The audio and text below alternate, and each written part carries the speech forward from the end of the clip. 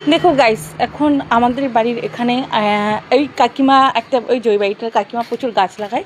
তো কাকিমাই আমাকে বলেছে যে এখানে কটা গাছের চারা ফেলেছে, তো ওখান থেকে আবার গাছ হয়েছে। এই দেখো এখানে কটা গাছ হয়েছে, তো এই গাছগুলোই আমি নেব, টবে লাগাবো।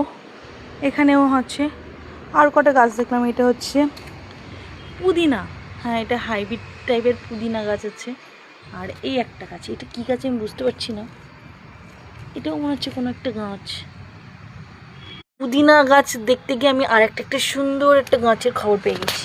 এই গাছটাও বেশ সুন্দর, বাট আমি ভয়ে হাত দিতে পারছি না, সাপ মাপ থাকলে তো আমি কামড় খাবো। যা বাবা, আমি এর পাতা ছিঁড়ে নিয়ে চলে আসি। এই তো পেয়ে গেছি এই গাছটা, এই যেটা পেয়ে গেছি এটাতেই হয়ে যাবে গাছ। যাই হোক, আমার মতন এরকম কে কে গাছ ভালোবাসো জানিও।